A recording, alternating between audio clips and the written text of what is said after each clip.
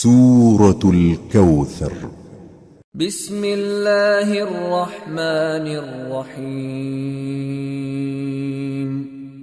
إنا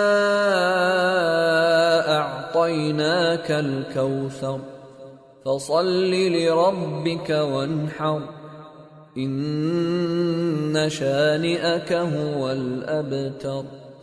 शुरू अल्लाह का नाम लेकर जो बड़ा मेहरबान निहायत रहम वाला है।